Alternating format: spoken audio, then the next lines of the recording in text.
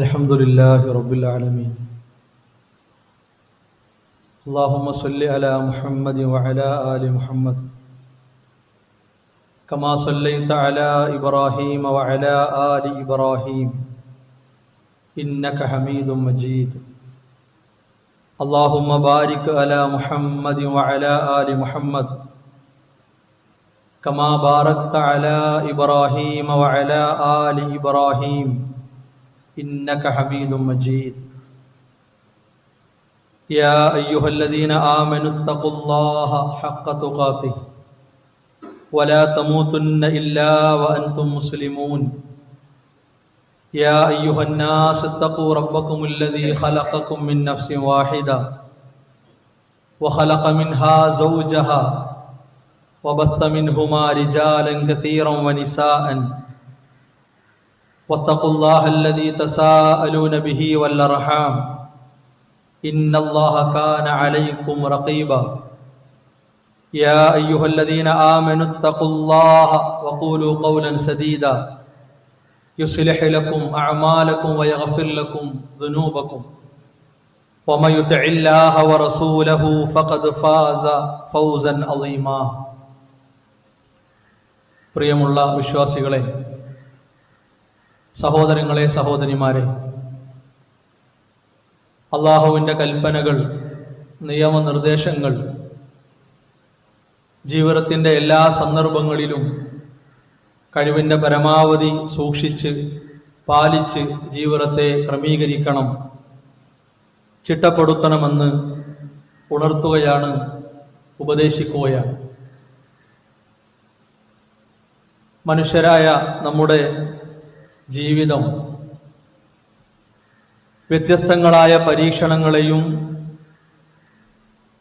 പ്രയാസങ്ങളെയും അഭിമുഖീകരിച്ചു പോകുന്ന രൂപത്തിലാണ് അല്ലാഹു സുബ്ഹാനഹു വ തആല സംവിധാനിച്ചിട്ടുള്ളത്, ക്രമീകരിച്ചിട്ടുള്ളത്. ആയുസ്സിൽ മുഴുവനും സമാധാനത്തോടെ സന്തോഷത്തോടെ ജീവിക്കാൻ സാധിക്കുക എന്നത് എല്ലാവരെ കൊണ്ടും സാധ്യമായി തീരുന്ന കാര്യമല്ല. അതുപോലെ തന്നെ അസ്വസ്ഥതകളും പ്രയാസങ്ങളുമായി മാത്രം ജീവിതം മുന്നോട്ട് കൊണ്ടുപോകേണ്ടി വരിക എന്നതും ശാശ്വതമായ നിലക്ക് ആരുടെയും ജീവിതത്തിൽ കണക്കാക്കപ്പെടുകയില്ല. സന്തോഷവും സമാധാനവും പരീക്ഷണവും പ്രശ്നവുമെല്ലാം ഇറങ്ങിയും കയറിയും മുന്നോട്ട് പോകുന്ന ജീവിതമായിട്ടാണ് അല്ലാഹു സുബ്ഹാനഹു വ തആല നമ്മുടെ ജീവിതത്തെ ക്രമീകരിച്ചിട്ടുള്ളത്. അതുകൊണ്ട് തന്നെ അല്ലാഹു നമുക്ക് നൽകിയിട്ടുള്ള അനുഗ്രഹങ്ങൾ എന്തൊക്കെയാണോ ആ അനുഗ്രഹങ്ങളെ ഉൾക്കൊണ്ട് അവന് നന്ദി കാണിച്ചുകൊണ്ട് അനുസരണയുള്ള അടിമകളായി മാറുക എന്നതാണ് എല്ലായ്പ്പോഴും വിശ്വാസികൾ ശ്രദ്ധിക്കേണ്ടത്. ലോകത്തിന്റെ പല ഭാഗങ്ങളിലും അപകടകരമായ പ്രശ്നങ്ങൾ നടന്നുകൊണ്ടിരിക്കുന്നു. പ്രശ്നങ്ങളുമായി ബന്ധപ്പെട്ട വാർത്തകൾ, വിഷയങ്ങൾ കേൾക്കുമ്പോൾ അനുഭവിക്കുന്നവരെക്കാൾ കാണുന്നവരും കേൾക്കുന്നവരും പ്രയാസപ്പെട്ടു പോകുന്നു എന്നത് വളരെ ഗൗരവത്തിൽ നാം കാണേണ്ട ഒരു വിഷയമാണ്. അധികം ആളുകളും വിചാരിക്കുന്നത് എന്തെങ്കിലും പ്രശ്നങ്ങൾ ഉണ്ടായാൽ അവസാനിക്കുന്നതാണ് ജീവിതം അല്ലെങ്കിൽ ഉപജീവന മാർഗം എന്നതാണ്. ഒരു പ്രശ്നമുണ്ടായി എന്നറിയുമ്പോഴേക്ക് ജീവിതം വഴിമുട്ടുകയാണല്ലോ. ഇനി എന്താണ് കുടുംബത്തിൻ്റെയും സമൂഹത്തിൻ്റെയും നാട്ടുകാരുടെയും ഒക്കെ അവസ്ഥ? എങ്ങനെയാണ് ജീവിതത്തെ മുന്നോട്ട് കൊണ്ടുപോവുക? ഈ നിലക്ക് ആവശ്യമില്ലാത്ത അസ്വസ്ഥതകളെ, സമാധാനമില്ലായ്മയെ ജീവിതത്തിലേക്ക് വലിച്ചു കൊണ്ടുവരുന്ന ഒരു സാഹചര്യം കൂടുതലായി കാണപ്പെടുന്ന കാലഘട്ടത്തിലാണ് നാം എല്ലാവരും ജീവിച്ചു കൊണ്ടിരിക്കുന്നത്. അതുകൊണ്ട് തന്നെ നമ്മുടെയും നമ്മുടെ കുടുംബത്തിൻ്റെയും ശാരീരികവും മാനസികവുമായ പരിപാലനം വളരെ കണിശമാക്കേണ്ട ഒരു കാലഘട്ടമാണ്. കുടുംബത്തിന്റെ ശാരീരിക വളർച്ചയ്ക്ക് ആവശ്യമായ ഭക്ഷണം, വെള്ളം, സൗകര്യങ്ങൾ ഇത് മാത്രം ഒരുക്കി കൊടുക്കുക എന്നതല്ല, മറിച്ച് മാനസികമായ ഒരു പരിപാലനം, ഒരു വളർത്തൽ വളരെ ഗൗരവത്തോടെ നമ്മൾ കാണേണ്ട വിഷയമാണ്.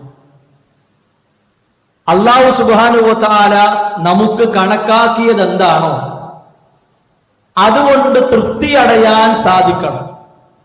രണ്ട് രൂപത്തിലുള്ള തൃപ്തിയാണ് വേണ്ടത്.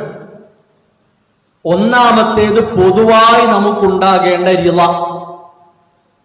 അള്ളാഹുവിന്റെ വിധിയിൽ, അള്ളാഹുവിന്റെ തീരുമാനത്തിൽ അള്ളാഹു നിശ്ചയിച്ചതും കണക്കാക്കിയതും എന്താണോ, എന്റെ റബ്ബാണ്, എന്റെ ആരാധ്യനാണ് ഇത് കണക്കാക്കിയത്, അവന്റെ വിധിയും തീരുമാനവുമാണിത്, ഞാൻ ആ കാര്യം ഉൾക്കൊണ്ടിരിക്കുന്നു, ആ കാര്യത്തിൽ തൃപ്തി അടഞ്ഞിരിക്കുന്നു, എപ്പോഴും നമ്മുടെ ജീവിതത്തിൽ ഉണ്ടാകേണ്ടതാണ്.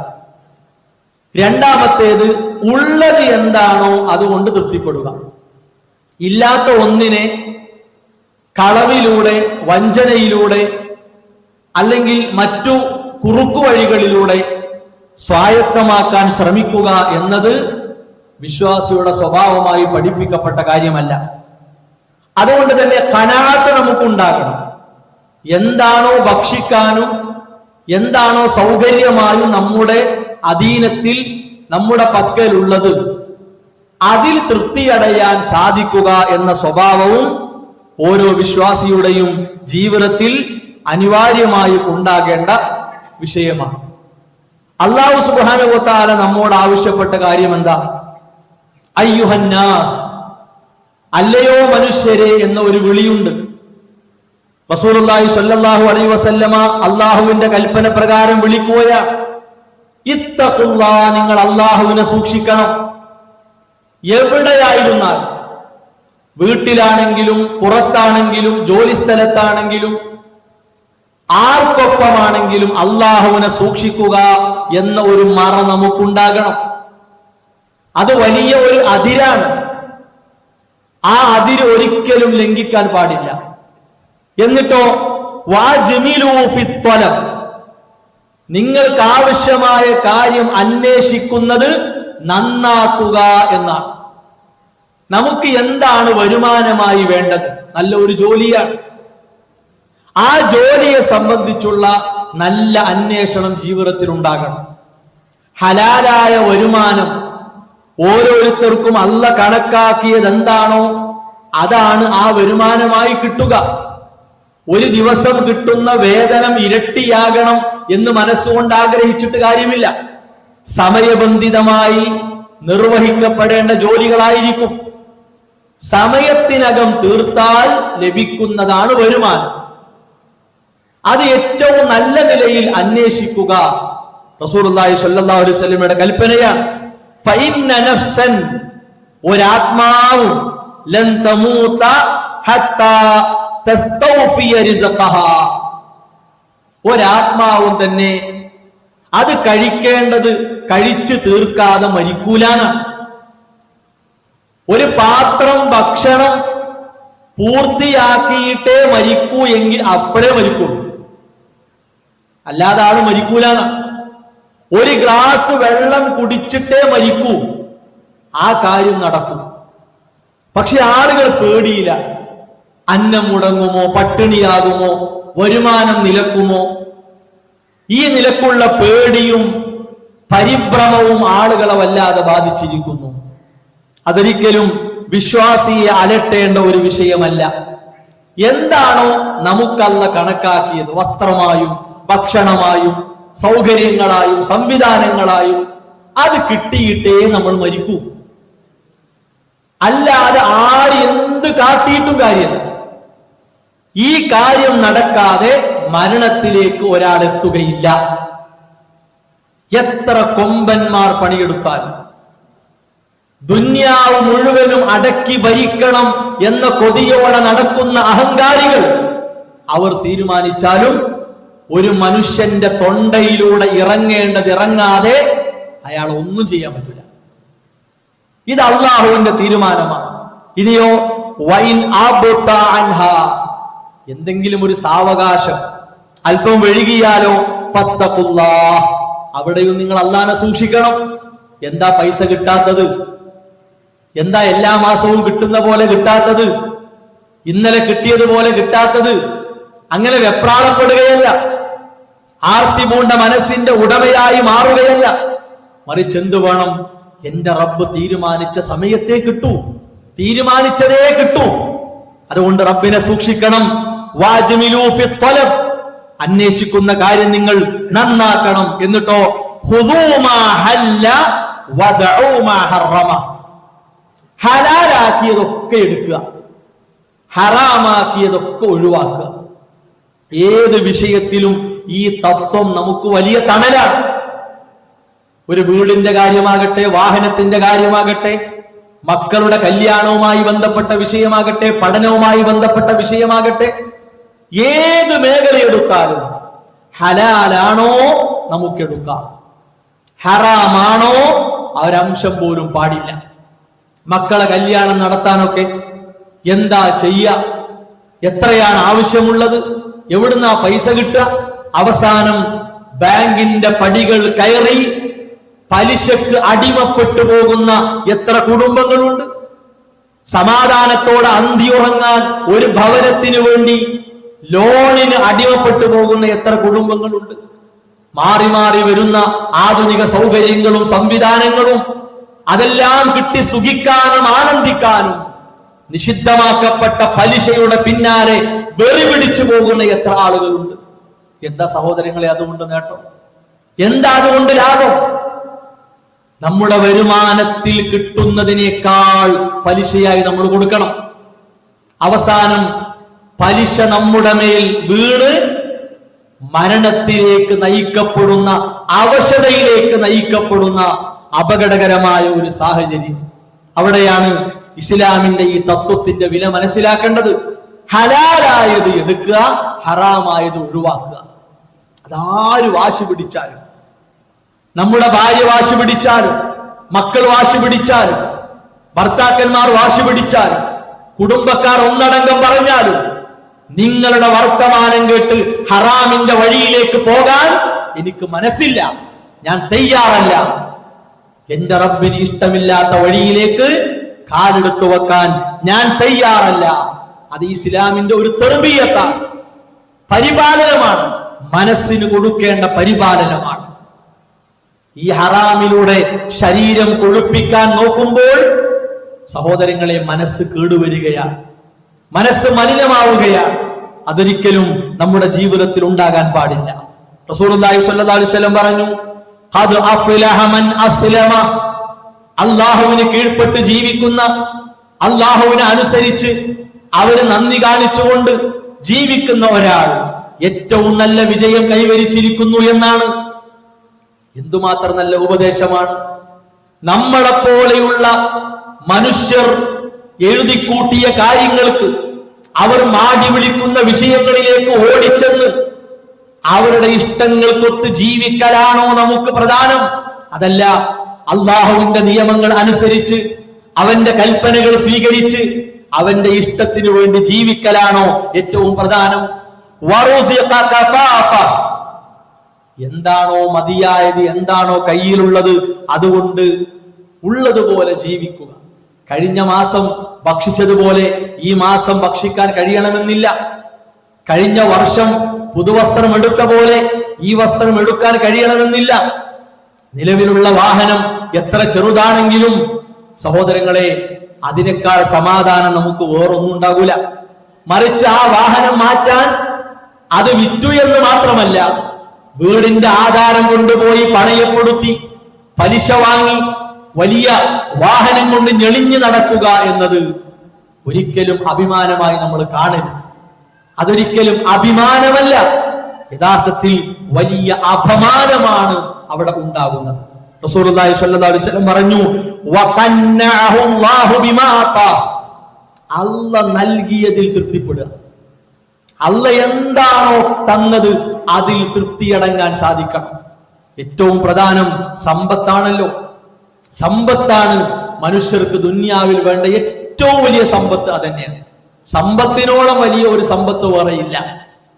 ആ വിഷയത്തിൽ പോലും നോക്കൂ നിങ്ങൾ, പരമകാരുണികന്റെ അടിമകൾ എങ്ങനെയായിരിക്കും? അവർ ചെലവഴിക്കുകയാണെങ്കിൽ ഒരിക്കലും തന്നെ ലം യഖ്തുറു, പിശുക്ക് കാണിക്കൂല എന്നാണ്. രണ്ട് രൂപത്തിലുള്ള ചെലവുകളാണ് നമ്മുടെ ജീവിതത്തിൽ ഉണ്ടാവുക. ഒന്ന് നിർബന്ധമായും ചെലവഴിക്കേണ്ടത്. അതിൽ തന്നെ രണ്ട് രീതിയുണ്ട്. അള്ളാഹുവിന്റെ ദീനുമായി ബന്ധപ്പെട്ട് വരുന്ന ചെലവുകൾ, ദുന്യാവിലെ ജീവിതവുമായി ബന്ധപ്പെട്ട ചെലവുകൾ രണ്ട് രീതിയിലാണ്. നിർബന്ധമായും നാം പരിപാലിക്കേണ്ടതാണ് അള്ളാഹുവിന്റെ പള്ളി. എവിടുന്ന അതിനുള്ള പൈസ? അള്ളാഹു തന്നതിൽ നിന്ന് കൊടുക്കുക.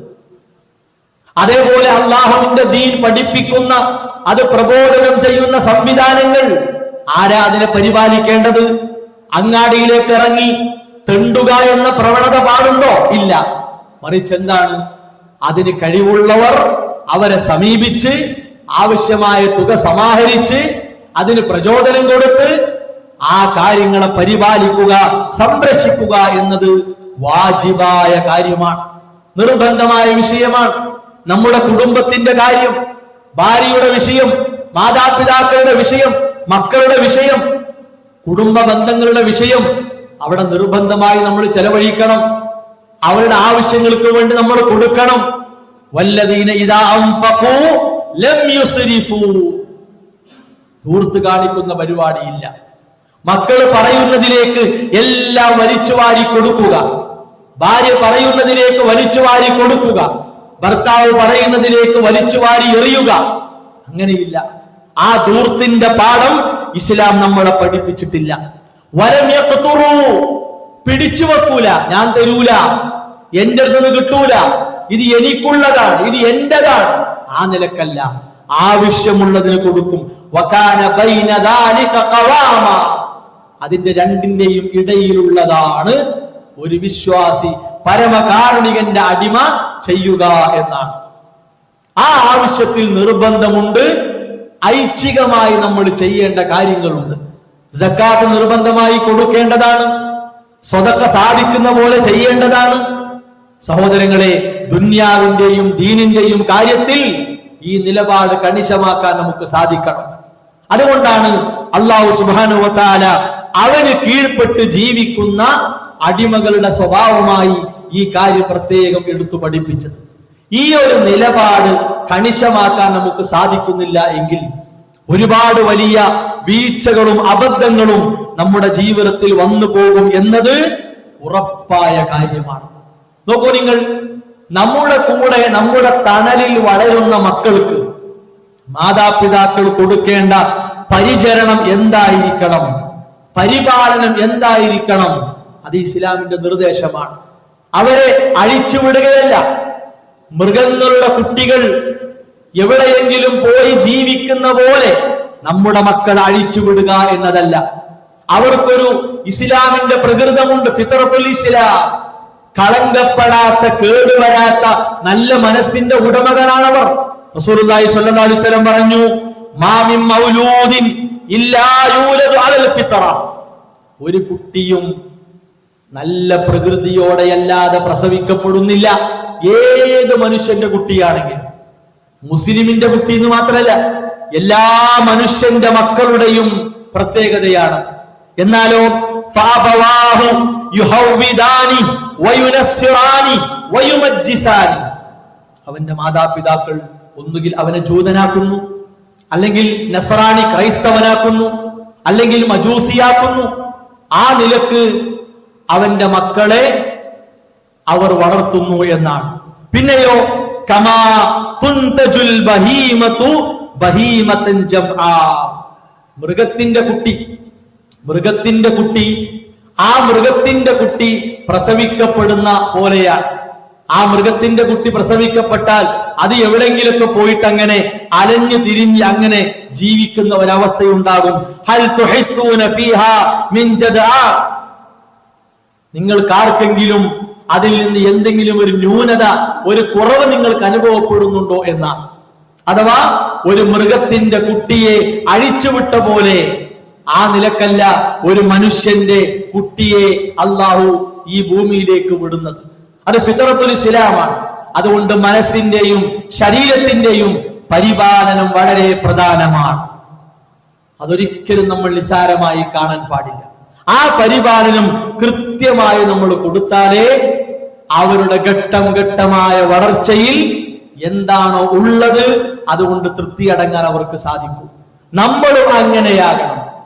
മക്കളെ മുന്നിൽ വെച്ച് പല സൗകര്യങ്ങളും അതേപോലെ തന്നെ സംവിധാനങ്ങളുള്ള വീടുകൾ മറ്റും കാണുമ്പോ എന്താണ് അവിടുത്തെ അവസ്ഥ, നമ്മുടെ അവസ്ഥ എന്താണ്? അങ്ങനെ ഒരു കണക്ക് കൂട്ടൽ പാടില്ല, അങ്ങനെ ഒരു താരതമ്യം പാടില്ല. എന്തുകൊണ്ട്? അത് മക്കളിൽ ഉണ്ടാക്കുന്ന അപകടം വലുതാണ്.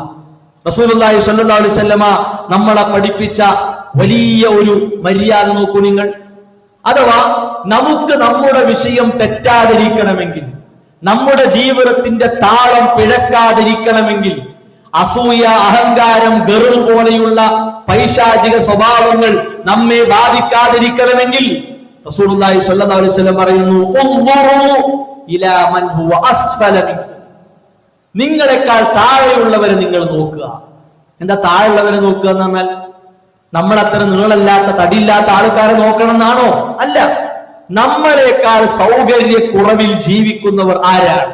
വീടിന്റെ വിഷയത്തിൽ, സൗകര്യങ്ങളുടെ കാര്യത്തിൽ, ഏത് മേഖലയിലും നമ്മളെക്കാൾ ദുർബലാവസ്ഥയിൽ കഴിയുന്നവർ ആരാണ്? അവരെ നോക്കണം. വലാ തൻദുറൂ ഇലാ മൻ ഹുവ ഫൗഖകും, നിങ്ങളെക്കാൾ മുകളിൽ കഴിയുന്ന നല്ല പ്രൗഢിയിൽ സുഖത്തിൽ ജീവിക്കുന്ന ആളുകളെ നോക്കിയിട്ട് ഞാൻ എന്താണ് ഇങ്ങനെ, ഞാൻ കാരണം എന്റെ മക്കൾ ഇങ്ങനെയായല്ലോ, എന്റെ കുടുംബം ഇങ്ങനെയായല്ലോ, ഈ വിലയിരുത്തൽ പാടില്ല.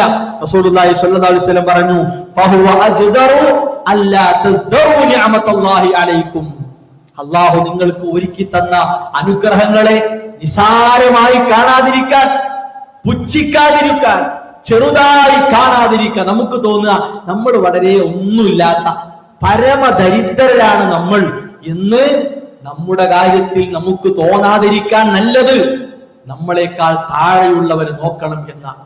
എന്തുമാത്രം വലിയ സമാധാനം നൽകുന്ന ഒരു സന്ദേശമാണ്. നോക്കൂ, അല്ലാഹു സുബ്ഹാനഹു വ തആല പറഞ്ഞു, ഖദ് അഫ്ലഹ മൻ തസക്ക വദകറ സ്മ റബ്ബിഹി ഫസല്ല, മനസ്സിനെ വിമലീകരിച്ചവർക്കാണ് വിജയം, അതിനെ വിശുദ്ധമാക്കിയവർക്കാണ് വിജയം. പക്ഷേ ബൽ തുസിറൂനൽ ഹയാത്തദ് ദുനിയ, നിങ്ങൾ ദുനിയാവിന്റെ കാര്യത്തിൽ വലിയ പ്രിയം വെക്കുകയാണ്, ഭയങ്കര ഇഷ്ടം കൊടുക്കുകയാണ്. സഹോദരങ്ങളെ, ഈ മനോഭാവമാണ് നമുക്കുള്ളതെങ്കിൽ എത്ര ചെറിയ പ്രശ്നമാണെങ്കിലും വലിയ പരീക്ഷണമാണെങ്കിലും പിശാച് നമ്മുടെ മനസ്സിലേക്ക് പട്ടിണി, ദാരിദ്ര്യം, ഈ നിലക്കുള്ള പേടികൾ ഇട്ടു തരും. ആ പേടികൾക്ക് അടിമപ്പെട്ട് അലയുന്ന ഒരവസ്ഥ നമ്മുടെ ജീവിതത്തിൽ ഉണ്ടാകും. അങ്ങനെ വരുമ്പോൾ അള്ളാഹുവിനെ അനുസരിക്കണം, അവന് നന്ദി കാണിക്കണം എന്ന ചിന്ത ഇല്ലാത്തവരായി മാറ്റപ്പെടുന്ന അവസ്ഥ നമുക്കുണ്ടാകും. ആ പേടി നമ്മുടെ ജീവിതത്തിൽ ഉണ്ടാകണം. അല്ലാഹു സുബ്ഹാനഹു വ തആല അതിനുള്ള സൗഭാഗ്യം നമുക്ക് പ്രദാനം ചെയ്യുമാറാകട്ടെ.